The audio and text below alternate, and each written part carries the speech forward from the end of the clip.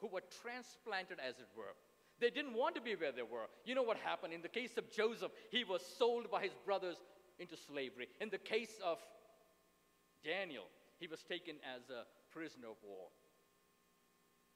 Joseph became a slave. But Daniel went in the court of King Nebuchadnezzar, and he was trained to be a high official in the court of Nebuchadnezzar. But whatever the case might be, neither of them wanted to be where they were. And they could so easily have said, God, why did you bring me here? But they decided that although they didn't understand why, they understand the circumstances around their lives and what brought them there and why they were there, they determined that they were going to serve God in the lowliest of places. That in the corner that God had placed them, that they would be a candle. And we know their stories because they were willing to be a candle for God in a remote corner, in a dungeon, in a lion's den. God raised them up and they became lighthouses for God. But as I looked at their stories, I found out something here. We always read Daniel 1:8.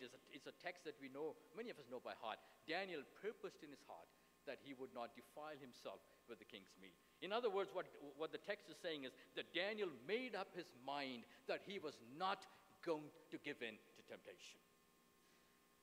And in the case of Joseph, when did that happen for him? In the case of Daniel, it happens in the very first chapter of the book of Daniel. And Daniel was able to withstand all the temptations that came his way because right in the very beginning of his stay in Babylon, he made up his mind that come what may, I will remain true to God no matter what happens. God has planted me here for some purpose, and I'm going to be true to him. He purposed in his heart that he would not defile himself. What went on in the mind of Joseph, we do not know because the Bible doesn't say. But Ellen White in Patriarchs and Prophets says that when Joseph was carried away as a slave to Egypt, as he sat on the back of the camels, he was crying that his brothers had just sold him. And as he looked back and he saw the hills behind him, and behind those hills were his father's tent.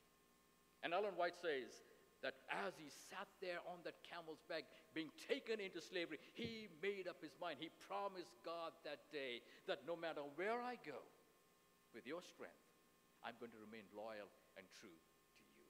And so you see the similarities. Daniel purposed in his heart, and Joseph makes that same commitment. See, the time to overcome temptation is not when temptation hits you. You got to do it before it happens. And so in this case, they were both determined that they would stand true for God no matter what happened. And temptation came for both of them. In the case of Daniel, it was a temptation of the appetite. In the case of Joseph, the temptation was one of passion. But both of them were able to stand firm and be a great witness for God.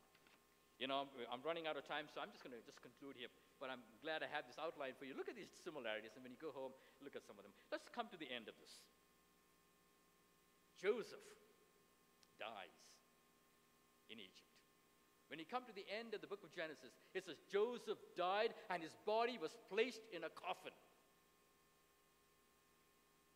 But the text before that, the verse before that says, Joseph spoke to his brethren and said, one day God will visit you. God will take you out of here in a great deliverance, the Exodus. God, when God takes you out, be sure that you carry my bones out of Egypt and take me to the promised land. And when we come to the book of Exodus, when Moses led the great Exodus, we are told that Moses carried with him the bones of Joseph. And so Joseph died in Egypt, but he didn't remain there. He knew that God had planted him there for a reason. But he knew that this place was not his final home. God had promised something more wonderful, a beautiful promised land. And he says, when you go there, take my bones with you. And when I studied these comparisons between these two Bible characters, I asked myself, what happened? What happened to Daniel? The Bible does not tell us anything about Daniel's at the end of his life. How he died, what happened, how old he was. We're told all of that about Joseph. Joseph was 110 years old. He died in Egypt. He was put in a coffin. He was embalmed. His bones were taken back to the promised land. What happened to Daniel? Have you ever wondered? But I said to myself, there are so many similarities here. It should be, to go along with the pattern over here, Daniel's bones must also be carried back to the promised land. But the Bible doesn't say that.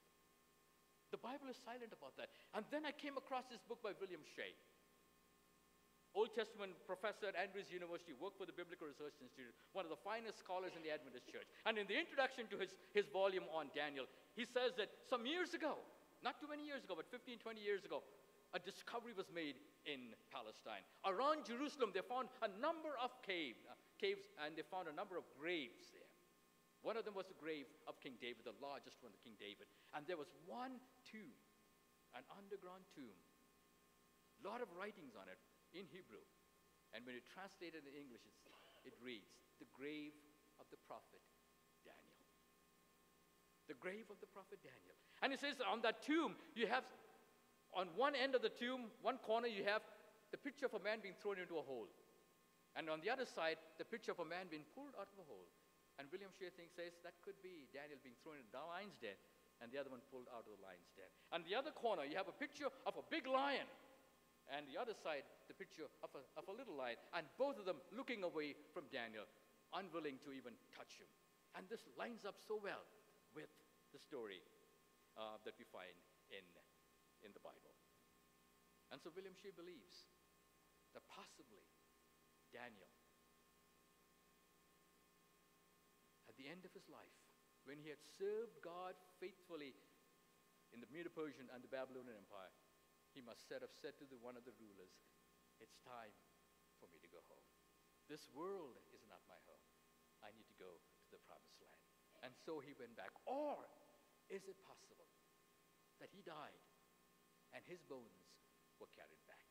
Because we have more than one Exodus in the Bible.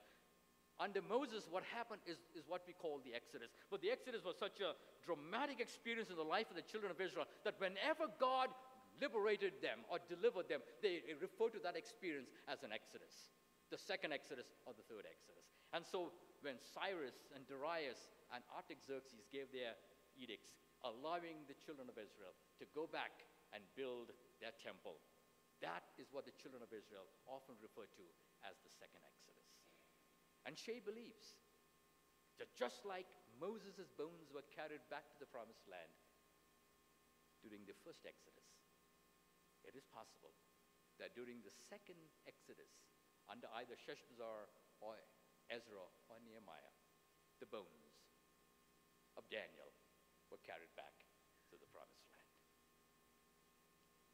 When Moses led the Exodus, every one of the children of Israel, millions I'm told of them, went back, left Egypt and followed Moses. But under Ezra, Nehemiah, and Sheshbazzar, the three returns of the second Exodus, a total of only 50,000 people went back. And I asked the question in my outline, why? Why is it that everybody left Egypt under Moses, but very few left in the second Exodus? In Egypt, they were slaves, they were mistreated. They wanted to get away from there. But the Persians were unlike the Assyrians, who were very cruel. The Persians believed in treating their captives well. They said, let them live normal lives, and if they treat them well, they will be loyal citizens to us. And so the children of Israel, after years of captivity, they were treated so well, they enjoyed life in Persia. And so when the time of the Exodus came under Ezra and Nehemiah, they said to themselves, we don't want to go. We want to stay here. And so they stayed behind. And I end this outline by asking you this question, or making this statement. We had the first Exodus. We have the second Exodus. But the third Exodus, the most important Exodus, the only Exodus that matters, is just around the corner. And this Exodus is not going to be led by any human being, not by a Moses, not by Ezra, not by a Nehemiah. It's going to be led by Jesus Christ himself. And when he comes, he's coming not to take our bones from this world to the promised land. The Bible tells us when Jesus comes, he's going to resurrect us, and we're going to be given resurrected bodies, and we're going to be taken to the ultimate promised land. But could it be? Could it be that just as it happened in the time of Ezra and Nehemiah, the majority of the people chose not to join the Exodus? They were so comfortable with the ways of this world that they did not want to go. And as I look around the church today and I look around the world has got a grip on us. We got everything in the world. And so when Jesus comes the second time, in that third and most important exodus, will we surrender everything and join him on that glorious exodus to the promised land? Or will we let our bones remain in this world? The stories of Daniel and Joseph. Two men, though dead, yet speak to us. And so I hope that as we look at their lives and the lives of so many other people in the Bible, people who were placed in circumstances that they did not have control over, but by God's grace, they bloomed where they were planted, and God was able to